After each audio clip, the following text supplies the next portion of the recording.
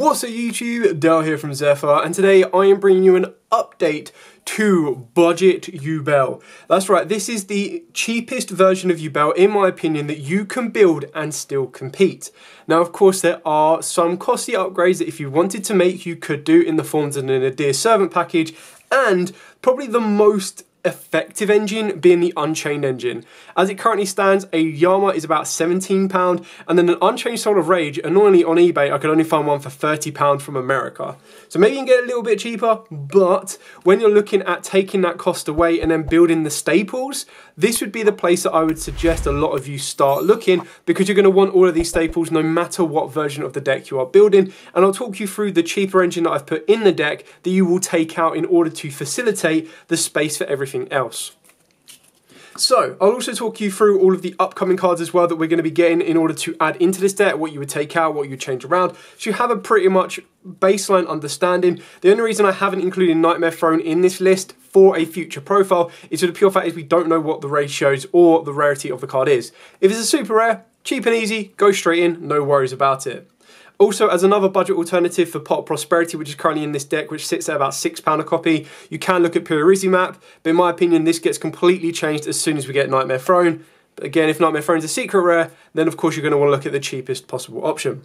So with all of that out of the way, please smash that like button, hit that notification bell, and subscribe so you don't miss out on any more upcoming content. I'm going to take you through the list, show you what we've got, explain why we've got it, and pretty much talk you through the prices that I found of these cards online.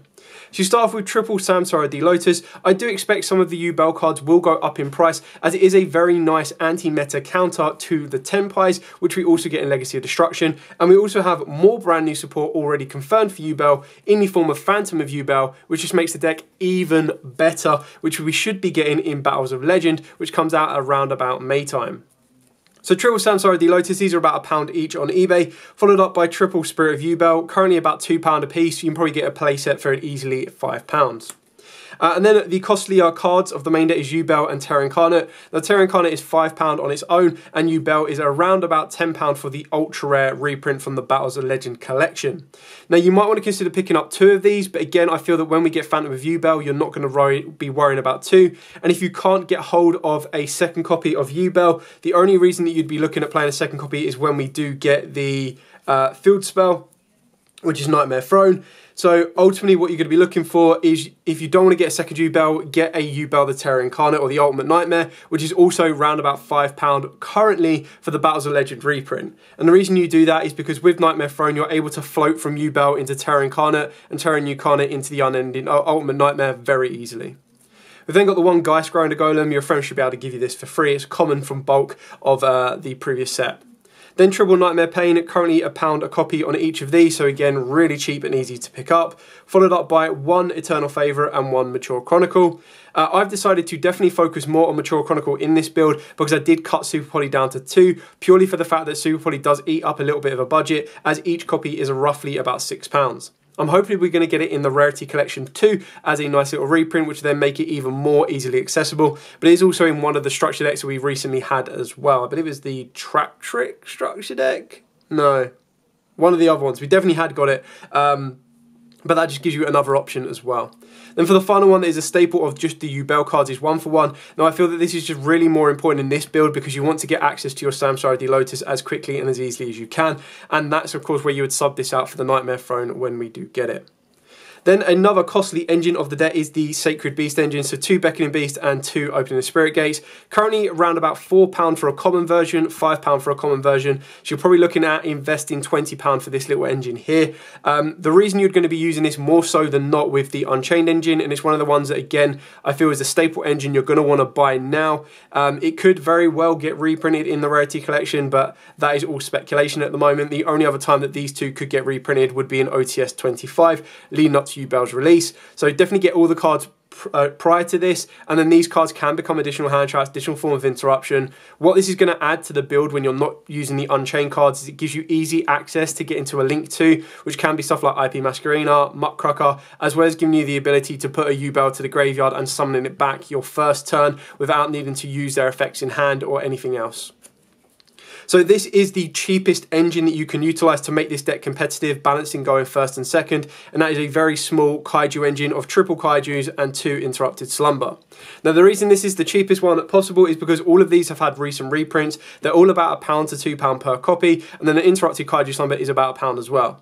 So when you're putting this engine together, it takes up 5 slots in the main deck, none in the extra deck, and you're probably looking at a total of about £5. The reason this is so good is because you can give your opponent a big kaiju and then swing into it with your Yubel with a Nightmare Pain, and they're going to take all the damage. So it doesn't really affect you at all.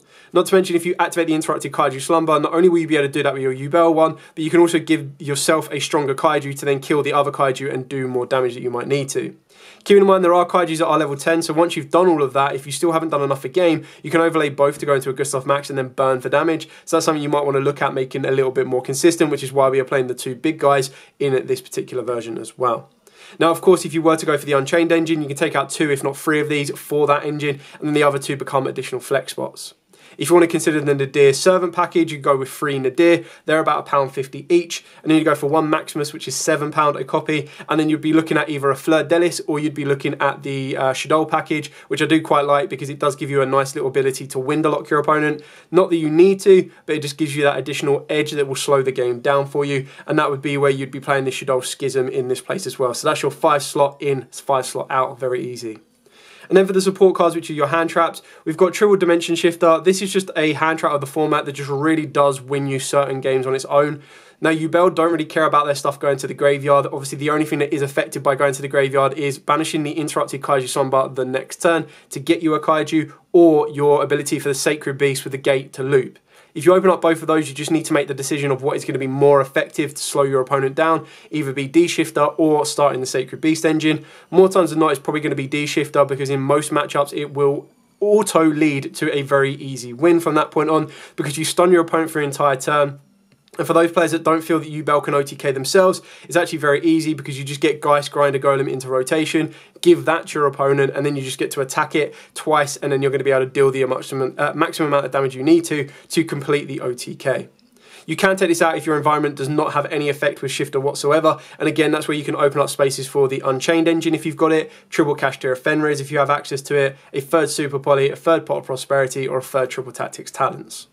Speaking of the other hand traps, we've pretty much gone with a generic lineup of Ash Blossoms and Imperms, alongside Talents, which are currently like £6 a copy, 2 Super Polys, £6 a copy, and then 2 Pot of Prosperity, again £6 a copy. But the difference is, I feel that these cards will be utilised no matter what version of the deck you are going to be playing. If you are on a much tighter budget and you run out of budget before you can buy Pot of Prosperity, like I said, Period Rizzi Mat is your next alternative to it. I just feel that this is more consistent because this could get you into any of your 0/0 fiends, but it could also lead you into a board breaker, it could lead you into an extender, it could lead you into anything you needed to. The deck will change a little bit when we get new support because you also need to keep in mind we're going to be adding in 3 Nightmare Throne, a Terraforming, and then an Infernal Grey Swimmer, 1 or if not 2 of them. Hopefully they're all super rare, so it's very easy to get. Probably expect Nightmare Throne to be an ultra rare, quite like the previous Yubel support. It was all supers and then 1 ultra, so that could be what we are seeing. And then the final card is Called by the Grave because you just want to stop some of those hand traps more times than not. Keep in mind, if you do activate Shifter, you don't need to worry about Veilers and you don't need to worry about Drolls, which can be quite important to keep that in mind because straight away it can shut off those particular hand traps if they are rampant in your local environment. So that's it for the entire main deck. Like I said, if you do have access to a 3rd Super Poly, you can very easily put that in, but you could also put in a 2nd Eternal Favourite. You've also got the ability to search out Super Poly with the Mature Chronicle, which just gets more consistent when we do get the field spell of Nightmare Throne. So it's just kind of getting you the balance of preparing yourself to pick these up within the next week or 2 before the new support gets confirmed and drops, because then that might fluctuate or change the prices. And I feel that they're all relatively cheap right now as they currently stand, and then you go from there. Another card that I definitely advise you picking up first, 1 if not 2 copies, is Yubel the Loving Defender. Now currently on eBay they are £12.50 or best offer, so you should be able to pick these up for about £10 a copy. It may become more of an important card when we go forward, once we have a ban list, once we get the new Tempires and everything else, but this is a mainstay staple in any Yubel version.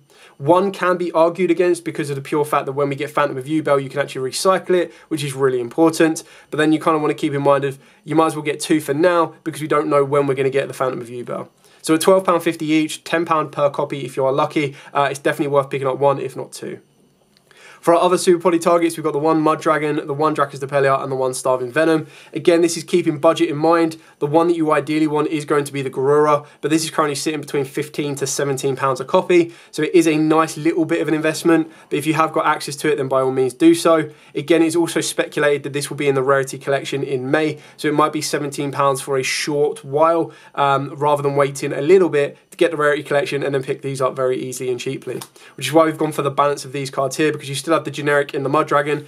In some environments, if it's always pinning 2 darks on the board, then Venom can put in a lot of work, and then of course you've got Dracus Depelia, and you can adapt this to the environment. These two are your flex spots. It can either go into your 2 Unchained cards if you want them to, and you've got access to them, but it can also become in the Shaddoll App Clone and the Shaddoll Winder if you go down the Nadir Servant package as well. Then for our XYZs, I've gone with the 1 Triple D Divisor King Deus Machina X. Now, a lot of people actually forget about this card, but it requires just 2 level 10 Fiends, which is when you're making a rank 10 exactly what you're going to do. It kind of basically means that if you're going first and you have the ability to make the rank 10, you're not really going to want to make Gustav Max unless you're getting close to time, so you're probably going to be better off making the Deus Ex Machina.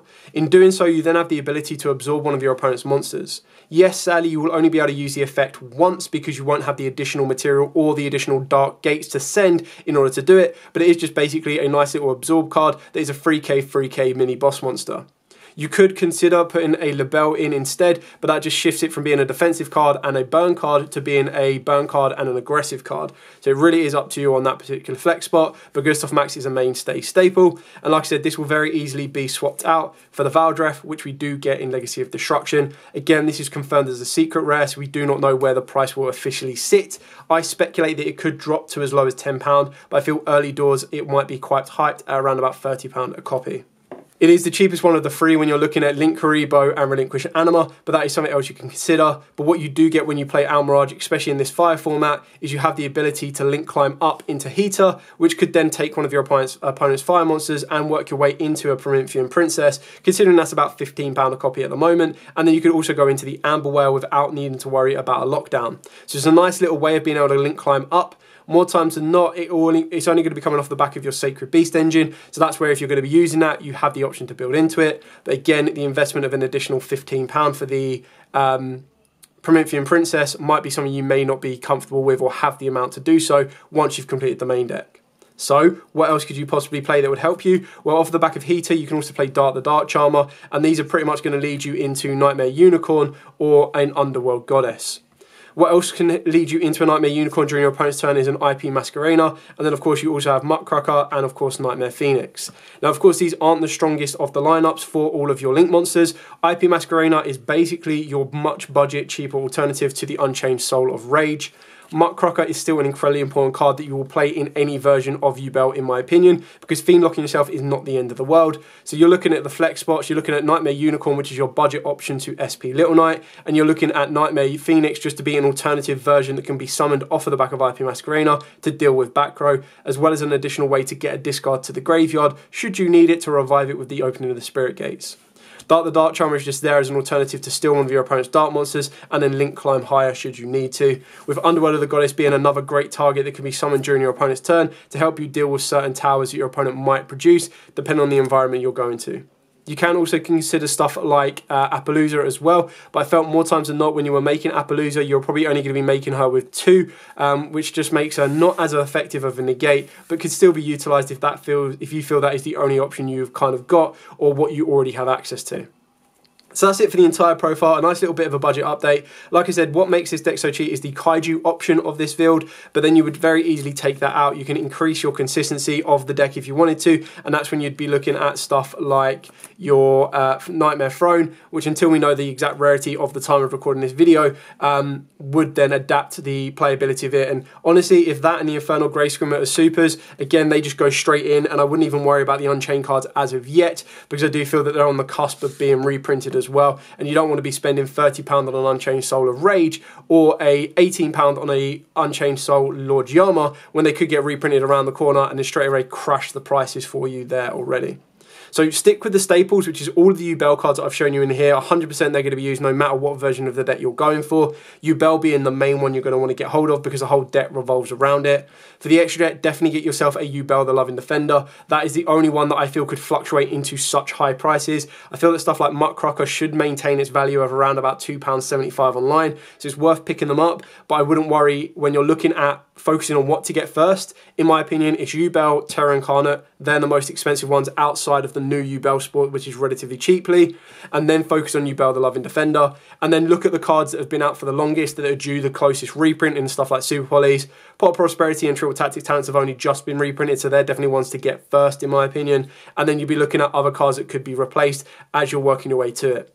Like I said, this is going to be a slow grind or building this up if you're trying to build this from scratch. Otherwise, if you have pulled some high value cards, trade them off, get the bigger expensive pieces that you might need. But one big of advice is always look at how long you expect them to be reprinted. The next set that cards could be reprinted in, if you are debating the values of certain cards that are being presented to you, and then work back from there to make sure you get the core staples that are furthest away from being reprinted, that are the cheapest right now, and then build yourself up on that one.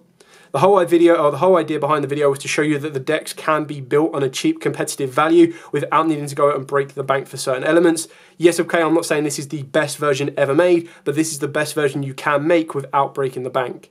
Look at different stages where you can upgrade, like I've already said. You can go for the Nadir Servant package if you prefer that option to the Unchained version, and then if you want to go all out and put everything in that you can, the Unchained version will be the one for you.